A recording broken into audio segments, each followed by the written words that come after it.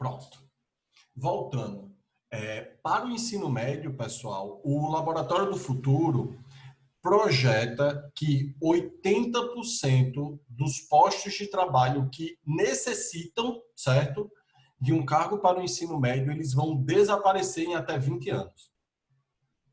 Isso é uma coisa monstruosamente ruim do ponto de vista do futuro do trabalho para o Brasil, certo? A gente já tem 11 milhões de desempregados. A maioria dos empregos que são formados são empregos que são formados e que vão desaparecer por causa dessa automação, certo? Então a gente vai ter um exército gigantesco, mas gigantesco de pessoas sem função, sem nenhuma função mesmo, assim. Você pode até ser formado naquela profissão e aquela profissão não existe mais, certo?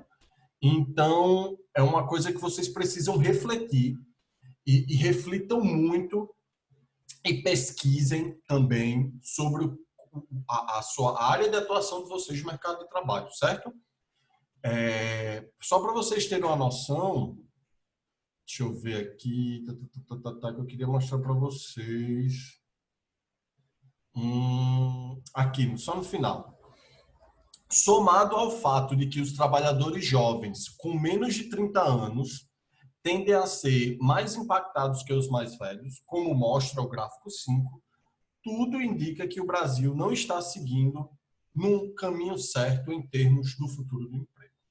Certo? É isso que eu queria falar para vocês, já que a gente vai estar dando aula sobre Revolução Industrial e a gente vai abordar um pouco essa quarta Revolução Industrial, seja hoje ou seja semana que vem.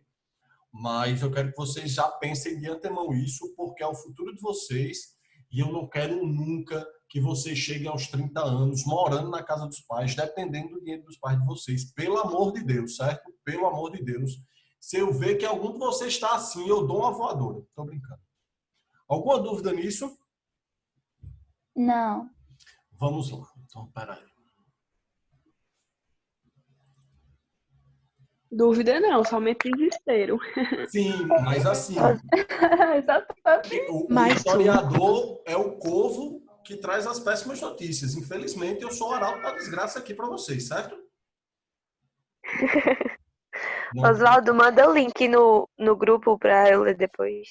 Mando. É complicado um pouco, porque tem uns gráficos muito doidos que eu não entendi também. Mas os gráficos mais simples, certo? Eles são completamente compreensíveis e são assustadores mesmo assim. Para o ensino médio, para o ensino médio, 40%. 80% da força de trabalho no ensino médio ela vai desaparecer. Então, cargos como assistente administrativo, que a gente tem, aquela galera que trabalha na secretaria ou coisa do tipo, não vai existir em 20 anos, certo? Então, se vocês conhecem algum amigo de vocês, alguém que pensa, eu vou ser assistente administrativo, diga a ele que, irmão, não faça isso porque vai dar merda na sua vida. Desculpa o termo, pessoal. Que vai dar problema na vida de vocês, certo? Pensem bem. Sondem o mercado de trabalho, sondem o futuro de vocês para isso. Olha só, hoje a gente vai começar a ver Revolução Industrial, só que eu quero abordar a Revolução Industrial um pouco de uma perspectiva não propriamente com os detalhes dos pormenores históricos, com datas, o que aconteceu exatamente. Eu quero que vocês tentem captar o fluxo que a Revolução Industrial vai gerar na nossa vida prática, no nosso cotidiano prático, certo? Porque a Revolução Industrial ela vai alterar muito isso. Ela vai alterar tanto a forma com que a gente percebe e apreende o mundo, quanto para a nossa própria expectativa de trabalho. Então, quando eu falo para vocês que esse artigo sobre o futuro do emprego no país afeta a gente está falando de um processo histórico que é chamado de Revolução Industrial, que começou no início do século XVIII, para ser mais exato, em 1776, ou 77 para alguns, e acontece hoje, ele existe hoje. A gente teve a primeira Revolução Industrial, a gente teve a segunda Revolução Industrial, a gente está dentro da terceira Revolução Industrial enquanto país, E a gente está adentrando a quarta revolução industrial, que é exatamente isso que eu falei para vocês, dos processos de automação. Então, a revolução industrial ela é um processo histórico que não está finalizado, ok? E ela continua continuamente. Enquanto houver capitalismo, enquanto houver modo de produção desse sistema, haverá revolução industrial, tá certo? Olha só, a gente tem, do ponto de vista histórico, e aí é um dos principais objetivos que eu, enquanto professor de história, quero passar para vocês, é que vocês apreendam conceitos e adquiram, né, tenham a aquisição desses conceitos para que vocês consigam perceber como é que funciona o tempo presente de vocês, a partir de orientações que o passado nos mostra, e principalmente para que essas orientações que vocês estão tendo agora sirvam para que vocês projetem um futuro para vocês. Então, o que vocês estão aprendendo com a Revolução Industrial hoje, ela vai ter uma consequência no futuro do trabalho para vocês imediato, certo? Então, por favor, não dissociem nesse sentido o presente e o passado, porque o passado sempre vai estar nos afetando. Sempre vai estar nos afetando, certo? E, às vezes, esse passado ele pode servir como um aprendizado para que a gente se oriente no tempo, para que a gente tome as decisões corretas na nossa vida. Então, por exemplo, quando a pandemia de Covid começou, ela se iniciou, e todos os cientistas disseram, velho, não há remédio, não há vacina, a gente desconhece esse vírus, então a normalidade da nossa sociedade ela não pode acontecer. E esses cientistas passaram a falar em quarentena, em que as pessoas têm que ficar dentro das suas casas. Isso ocorreu, para além de um ponto de vista científico, por causa de um ponto de vista histórico também. Quando eu falei para vocês lá naquela aula de peste negra, que é a partir da peste negra que as pessoas aprendem o que é quarentena, então você está pegando uma lição da história, de algo que é passado, para a sua vida prática de agora. Então você chega, você e sua família, em pleno pandemia mundial de Covid-19 e diz, velho, o que é que eu vou fazer com minha família? Eu vou sair, vou curtir como se nada tivesse acontecendo. Se eu faço isso, eu posso pôr em risco a vida da minha família e da minha coletividade. Como é que eu posso me orientar para tomar atitude? E aí, quando você analisa as histórias das epidemias no passado, você pega boas dicas para você estar tomando atitudes no presente, certo? Isso é uma das funções que a história tem na vida prática de vocês. Outra função muito importante que o conhecimento histórico pode gerar e dar para vocês, lembrem que se vocês não estiverem entendendo, pessoal, perguntem no chat, viu? Não se esqueçam. Uma das formas, das possibilidades que o ensino de história pode dar para vocês é justamente você aprender o tempo, você compreender que a passagem do tempo não é algo que ele é dado de uma maneira que a gente não possa entender ou compreender. Que a própria concepção e a própria forma com que a gente absorve o nosso tempo, ele é relativo e ele depende de determinadas circunstâncias históricas. Então, quando a gente vivia antes da pandemia, e eu acho que vocês sentiam um pouco isso, a noção é que o tempo era muito rápido. Que o ano passava rápido, que de repente o ano acabava e já era Réveillon, de repente já chegou São João de novo, de repente a gente já estava em 2020, etc. E conversando com os meus amigos e com vocês mesmo, com os alunos, a maioria das pessoas agora diz que estar dentro de casa faz com que o tempo passe devagar. E, às vezes, acontecimentos da nossa vida que não tem 3 meses, carnaval, férias de janeiro, já parece algo que está muito distante da vida da gente, né? Parece, isso aconteceu, parece que já faz muito tempo que aconteceu. E isso é justamente essa percepção que a gente tem sobre a mudança do tempo, a apreensão do tempo, certo? Isso é uma construção histórica, pessoas. Isso é conhecimento histórico. quanto mais você se torna, digamos, inteligente e compreende mais essa percepção do tempo, mais você vai ter capacidade de se posicionar, seja no seu país, seja na sua cidade, seja com os seus amigos, certo?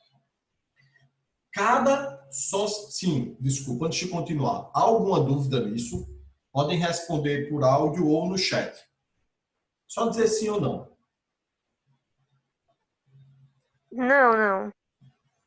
Alguma dúvida?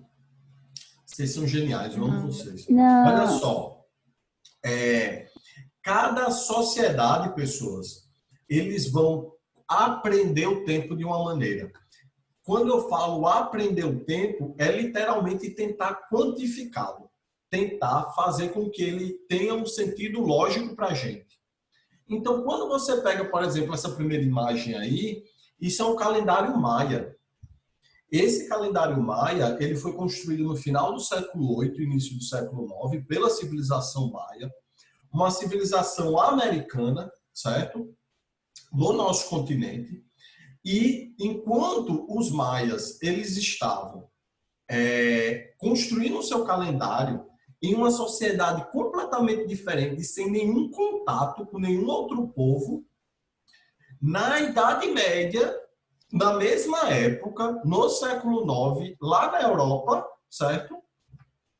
Calma, Nutella. Desculpa, eu perdi a concentração com Nutella. Os monges e os padres e aquela galera que vivia no mosteiro também estavam construindo um próprio calendário, que é o calendário que a gente tem hoje, que a gente já discutiu isso muitas vezes, que a gente chama de calendário gregoriano, que é onde tem o antes e o depois de Cristo, certo? Então, cada cultura, cada sociedade vai ter uma forma de aprender o tempo. Seja construindo o calendário para medir, seja criando uma ampulheta, certo? Várias formas. Ok? O que é que acontece? Antes da Revolução Industrial, a noção e a percepção de passagem do tempo que os seres humanos tinham era uma percepção muito diferente da que a gente tem hoje. Porque a nossa percepção do tempo, ela é atualmente muito influenciada pelo avanço do conhecimento científico. Então a gente tem, por exemplo, a teoria da relatividade de Einstein, no século XX, que vai dizer algo que ninguém nunca imaginou, ou se imaginava, ninguém nunca conseguiu comprovar, que é dizer que o tempo é relativo, e a gente acreditava que o tempo era uma medida absoluta, assim, mas Einstein vai dizer até o tempo é relativo. E se o tempo é relativo do ponto de vista físico, imagina do ponto de vista psicológico. Imagina do ponto de vista de um ser humano para perceber essa passagem do tempo. Então, antes da Revolução Industrial, pessoal, as pessoas se orientavam no presente através do tempo de uma maneira mais estável, de uma maneira mais lenta, de uma maneira diferente na qual a gente se relaciona hoje, certo? Então, ele vai ter, por exemplo, o que a gente chama de tempo da colheita. O cara não tinha relógio, e não tinha relógio mesmo, não existia o relógio da catedral, não existia o relógio de pulso, não existia absolutamente relógio para você quantificar o tempo. Então, as pessoas tinham que ter outros parâmetros para eles se orientarem no presente. Ok? Alguma dúvida nisso, pessoas? Não. Não, meus lindos. Eu estou trazendo isso para vocês porque isso caiu numa questão da prova do Enem de 2017. Eu acho que a gente até resolveu ela, que foi uma questão do Jacques Legoff. Ele pega essa imagem, inclusive, na questão, eu acho, que é justamente o que a gente chama de tempo orientado à colheita, ou o que alguns chamam de tempo da natureza. Então, muitos servos na Idade Média, por exemplo, eles se orientavam no tempo, eles se orientavam no presente e eles percebiam a passagem do tempo, eles sabiam que um ano acabou e iniciou outro, ou eles sabiam que chegou o momento do aniversário deles por causa do tempo da natureza. É o tempo em que eles plantam, que nasce, que eles fazem a colheita. toda essa orientação da vida deles se dava através disso, certo? É por isso que a gente vai chamar de tempo da natureza ou tempo orientado à natureza, certo? Há alguma dúvida nisto? Não. Não. Outras formas, meus lindos, que a gente tem que eles tinham, desculpa, de aprender o tempo, era através da religião ou das cerimônias religiosas, certo? Então a gente tinha uma aliança aí entre religião e atividades cotidianas. Então a gente tinha a Páscoa, a gente vai ter o Natal, a gente vai ter o Dia da Padroeira daquela região. A chegada dessas cerimônias religiosas, elas marcavam um sentido de orientação no tempo das pessoas. Então, eita, vai ter a missa de Páscoa de novo. Então, já houve uma mudança do ano. Porque eu assisti a missa de Páscoa ano passado, estou assistindo esse ano, chegou a festa do Natal de novo, ou chegou a festa da padroeira e o padre está comemorando a festa da padroeira, tá? Aquela região está comemorando a festa da padroeira.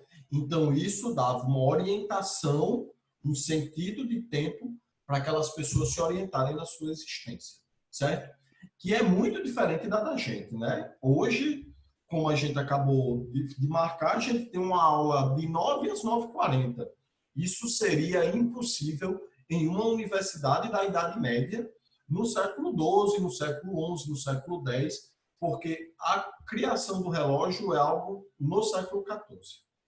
Beleza, pessoas? Alguma dúvida por enquanto? Não, mas tem como repetir, porque travou na metade. Eu estava esperando você perguntar sobre a dúvida para repetir. Meu áudio tá bom? O volume Ele tá, é só minha internet que tá ruim mesmo. Porque eu tô sem fone. Se o áudio estiver baixo, eu posso usar o fone. Porque parece que eu já grito normalmente, vocês já sabem disso, né? E com fone fica uma desgraça completa. Uai, tá de Desculpa boa. a palavra. Tenho que me controlar. Ótimo. Continuando. Então, a gente vai ter, além da questão da orientação do tempo, a gente vai ter também essa orientação do tempo determinando os ofícios e determinando o tipo de trabalho que as pessoas vão ter, certo? Então, essa aliança entre tempo e trabalho era algo que já existia, que já acontecia e que eles vão ser, quando se juntar na Revolução Industrial, eles vão ser potencializados, certo? Então, a gente tem 3 interpretações sobre a temática, certo? No sentido de que, antes da Revolução Industrial, o trabalhador ele tinha controle sobre o seu próprio ofício.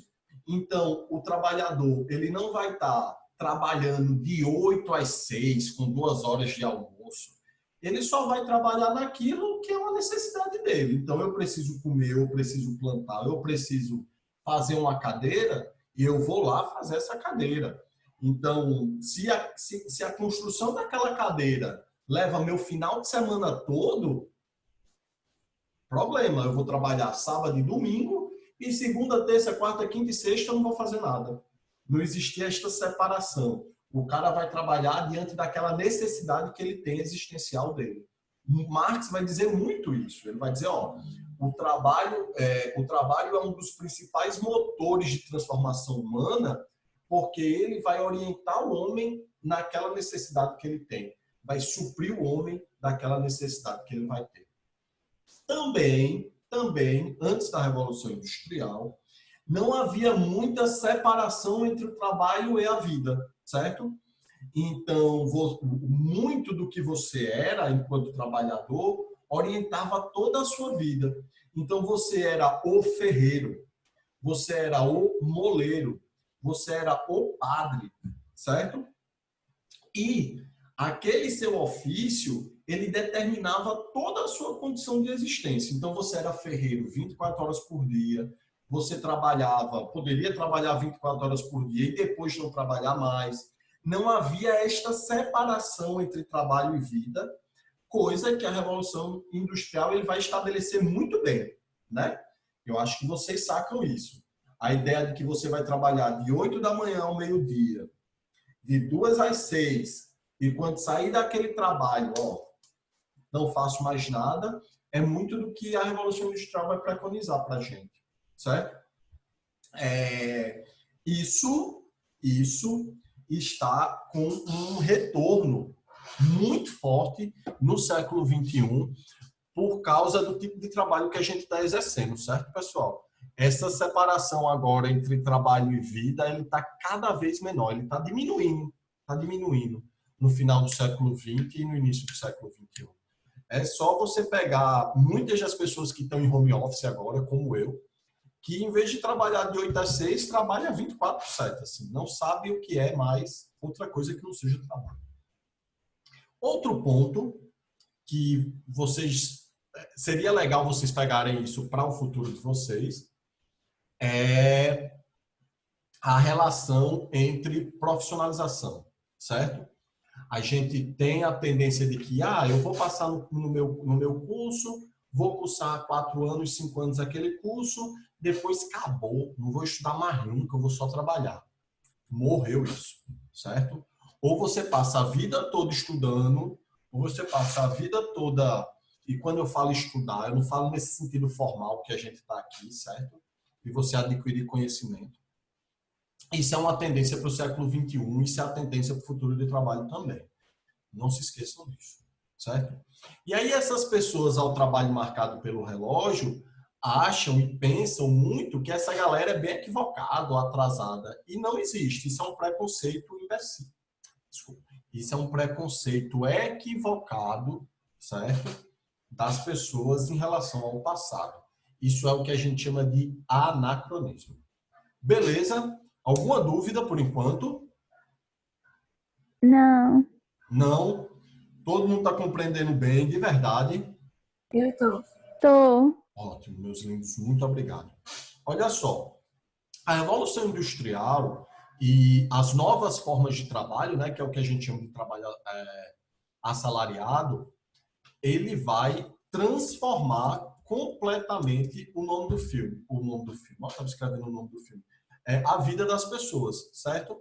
Por quê? Porque quando você inicia o processo de revolução industrial e você passa a contratar as pessoas para elas trabalharem de maneira assalariada, para eu controlar o salário dessas pessoas, eu preciso controlar o tempo delas. Quanto mais eu controlo o tempo dessas pessoas, mais eu posso controlar a relação de produção e eu posso definir o quanto eu vou pagar ou não. Certo? Então, o controle do tempo a partir da Revolução Industrial, ela virou uma obsessão absurda para essa galera. É por isso que a gente vai desenvolver os relógios de maneira cada vez mais perfeita. E isso gerou uma série de confusões e de problemas para os trabalhadores da Revolução Industrial. Então, se a gente está falando do século XVIII, pessoal, a gente está falando de um grupo de pessoas, que é a maioria das pessoas, que não tinha dinheiro para ter um relógio de pulso. Ou que não conseguiam ler, saber a hora através de um relógio de pulso. Tem muita gente que não sabe até hoje, né? Que a galera só compra relógio digital porque não sabe ver a hora através de um relógio mecânico. Imagina no século XVIII, certo? Então, o patrão, ele explorava ainda mais o trabalhador através disso. Estendia a hora, dizia que ainda não deu 6 horas não, você vai trabalhar mais, etc. Então, o controle do tempo por parte do patrão virou uma obsessão para extrair e explorar ainda mais o trabalho daquela pessoa, daquele operário. Alguma dúvida? De novo? Não. Então, a criação e o aperfeiçoamento dos relógios, justamente, né, criou uma nova forma de ideologia, uma nova forma de visão de mundo que a gente tem, que é justamente digamos assim, nessa relação, nesse imperativo de tentar controlar o tempo, certo? De planejar o tempo todo. Isso não é algo, pessoal, que sempre foi dado pela humanidade. Essa forma com que a gente se orienta no tempo hoje, essa forma com que a gente pensa nosso presente, nosso passado e projeta o nosso futuro, é algo que a Revolução Industrial e as revoluções burguesas vão criar. Beleza? Tanto é que hoje o tempo é calculado em milissegundos. Então, você está vendo a sua digitalzinha sendo botada lá quando você está trabalhando, o cara está lá 8 horas e 1 minuto e 32 segundos. E aí, quando você está no final do seu expediente e você vai fazer o check-out, né? Os caras calculam exatamente isso para botar no seu banco de horas. Cada minuto, cada 5 minutos, ele vai orientar a nossa existência a partir de agora, certo? Essa divisão de tempo tem, Isaac, tem, e tem pior, viu? Tem o não controle do tempo. Você trabalha como besta. Eu espero que isso não aconteça na vida de vocês, mas existem muitos amigos meus que trabalham e aí os caras criam um banco de hora extra, aquele calo todo, e aí o cara, em vez de trabalhar de 8 às 6 e ir embora, não. O patrão pede, não, fica até 6h30, fica até 7. A gente adiciona isso no teu banco de horas, ó, trabalhando de graça. Isso ocorreu por causa dessa divisão do trabalho, certo? A gente vai ter na Revolução Industrial também, a partir de agora, uma nova forma de produzir, uma mudança no nosso processo produtivo, certo? E a partir de agora, essa mudança nesses processos produtivos criaram justamente essa nova disciplina do tempo que a gente vai ter a partir de agora. Eu citei aqui o Thompson, certo? O Thompson, no livro dele... esqueci o nome, pessoal, desculpa. Mas tem nas referências. Ele vai justamente bater na tecla de que a Revolução Industrial vai criar uma nova forma de orientação desse tempo. Ok? O que foi a Revolução Industrial, pessoas? A Revolução Industrial foi justamente a transição dos processos produtivos para a criação de um novo processo produtivo que vai acontecer na Inglaterra no século XVIII, certo? A Revolução Industrial, ela se inicia na Inglaterra e ela vai precisar de fatores, tanto específicos para a Inglaterra, ok? Quanto também para os outros países e o mundo todo.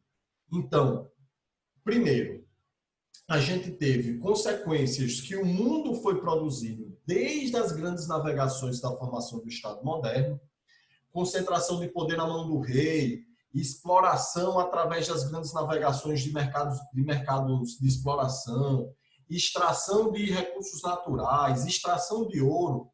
Tudo isso vai gerar consequências para que a Revolução Industrial ocorra, ok? Mas existem fatores específicos da Inglaterra que vai fazer com que ela seja o primeiro país a ter sua Revolução Industrial, ok?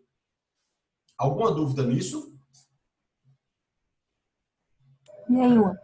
Não, pessoas? Não, meus Não. Bom, Não, Oswaldo. então, olha só. Quando a gente está falando dos fatores para além da Inglaterra, ok? A gente aí tem uma aliança, né? Uma tripla aliança que a gente vai ter desde o século XVII, desde o século final do XVI e início do XVII, que é a ciência, que vai nascer nesse período, certo? O capital, ou o sistema capitalista, que também vai nascer nesse período, é o que a gente vai chamar de império, que está associado tanto às monarquias absolutistas desse período, quanto depois dos grandes impérios dos estados, dos países, explorando novos territórios, etc, etc, que vai ser um assunto que eu vou trabalhar com vocês melhor depois, ok? Essa aliança, ela está calcada em benefícios mútuos desses três grupos. Então, não havia, pessoal, a possibilidade de se ter uma revolução industrial sem o avanço do conhecimento científico, ok? Por exemplo, o que marca inicialmente a revolução industrial é a criação da máquina a vapor e do tear de tecido elétrico, certo? Elétrico. Ele vai usar a energia a vapor e a produção da conversão dessa energia para mover os teares, certo? Isso não iria acontecer se não fosse o conhecimento científico, o desenvolvimento do conhecimento científico, ok? Tanto é que, até hoje, a aliança entre ciência e indústria, ela está, ó, juntinha. Quando eu falo para vocês que o futuro do trabalho de vocês ele está muito influenciado pela automação, pela robótica, pela inteligência, eu estou falando de um avanço na ciência que vai gerar consequência para a vida do trabalho de vocês, certo? Então não dá para dissociar mais ciência, trabalho, ciência e revolução industrial nesse sentido. O capitalismo ele vai entrar aí dando a grana, certo? Dando dinheiro. Porque todo mundo sabe também, se não sabe, vai saber agora, que não há ciência sem dinheiro, pessoal. Não há ciência sem investimento, certo? O desenvolvimento tecnológico, o avanço do conhecimento científico, ele custa caro, ele gera, ele precisa de grana, ele precisa de financiamento, porque se não tem financiamento, não tem ciência, infelizmente. Tanto é que muito do nosso atraso enquanto país, certo? É justamente por quê? Porque não há um investimento público maciço no desenvolvimento da ciência. E aí, quando eu falo ciência, eu falo tanto a ciência exata e tecnológica, como as ciências humanas também, de um modo geral. É outra coisa que a gente não pode separar um do outro. Você não pode ser o cara mais inteligente do mundo na matemática se você não compreende sua sociedade, se você não sabe o seu local de existência ou como você vai agir, certo?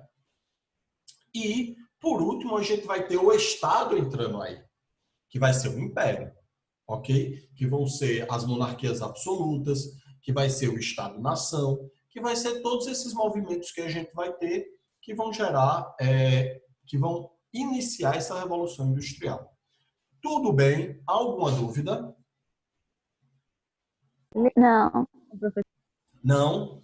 tá tudo ótimo. Essa tripla aliança está no livro do Yuval Harari, certo? É Uma Breve História dos Sapiens, que é um best-seller. São mais de 30 milhões de livros vendidos em pouco mais de 10 anos de lançamento. Ele é o queridinho. O Yuval Harari estava lá em Davos esse ano, fazendo palestra com Zuckerberg, etc. E ele é que vai dizer, ó, essa revolução industrial e esse avanço, ele acontece a partir dessa tripla aliança. E aí não tem bonzinho, nem tem do mal aqui, certo? São pessoas que se aliaram em benefício mútuo. Antes, pessoal, da gente ter essa revolução industrial, a gente tinha o que a gente chama de outros modos de produção, certo? A gente vai ter que é o modo de produção mais tradicional, que é o modo de produção mais básico, que é o que a gente chama de modo de produção artesanal, certo?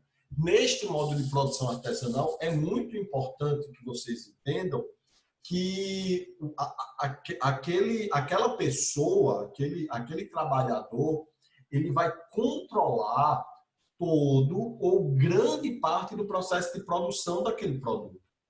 Então, quando eu falo que ele está controlando a produção do processo, ele está dizendo que, eu estou dizendo a vocês que aquele cara, sozinho, ele vai ter que pensar em tudo na fabricação daquele produto. Então, se eu estou botando a imagem para vocês dos caras que fazem esse violão aí, é um tipo diferente de violão, viu? Que eu esqueci o nome agora para vocês. Não é a mesma coisa, não. Esse cara, ele vai escolher qual tipo de madeira ele vai usar. Ele vai elaborar o design do produto. Ele vai delimitar qual vai ser a tinta que ele vai usar para pintar. Ele vai delimitar o tipo de afinação que aquele violão vai ter. Ou seja, ele está controlando todas as etapas do processo, do corte da madeira até a venda do produto. Então, isso é o que a gente vai chamar de modo de produção artesanal. Então, na Idade Média, a gente tinha o ferreiro, certo? A gente vai ter também, na Idade Média, outros tipos de ofício, o alfaiate, o cara que faz joias, o cara que faz perfume, enfim. Esse cara, ele vai controlar todo o seu processo de produção. É por isso que a gente vai ter muito forte na Idade Média, pessoal, as corporações de ofício. É a corporação do alfaiate, a corporação do ferreiro. Eles vão se unir em torno de objetivos comuns para defender o seu trabalho. Tudo bem? Esse é o modo de produção artesanal. Depois do modo de produção artesanal, a gente tem um modo de produção que a gente vai chamar de manufatura, que é um avanço nesse processo do modo de produção artesanal, mas ainda não é propriamente a revolução industrial. Por quê? Porque você ainda usava a sua própria energia para mover essas máquinas, certo? Por isso que a gente vai chamar de manufaturas, ok? Nessas manufaturas, a gente vai ter o início da divisão do processo do trabalho, certo? O trabalho artesanal ainda vai existir como suporte básico. No entanto, a gente vai ter agora várias pessoas cuidando do processo produtivo. Então, a gente vai ter um cara que vai cortar madeira, a gente vai ter outra pessoa que vai pensar no design do produto, a gente vai pensar em outra pessoa que vai pintar aquele produto e assim sucessivamente. Ou seja, o trabalhador perde o entendimento da totalidade do processo. Quando cair, voltem, viu? Eu vou abrir de novo para vocês voltarem para a gente terminar isso. E aí, quando o trabalhador ele perde essa noção de todo desse processo, ele vai se alienar. Ele vai acontecer com ele exatamente o que Charlie Chaplin vai fazer no filme Tempos Modernos, onde o trabalhador ele vai perder sua identidade, ele vai perder o sentido para o trabalho dele, ele não vai se sentir bem, ele não vai se sentir feliz com aquilo que ele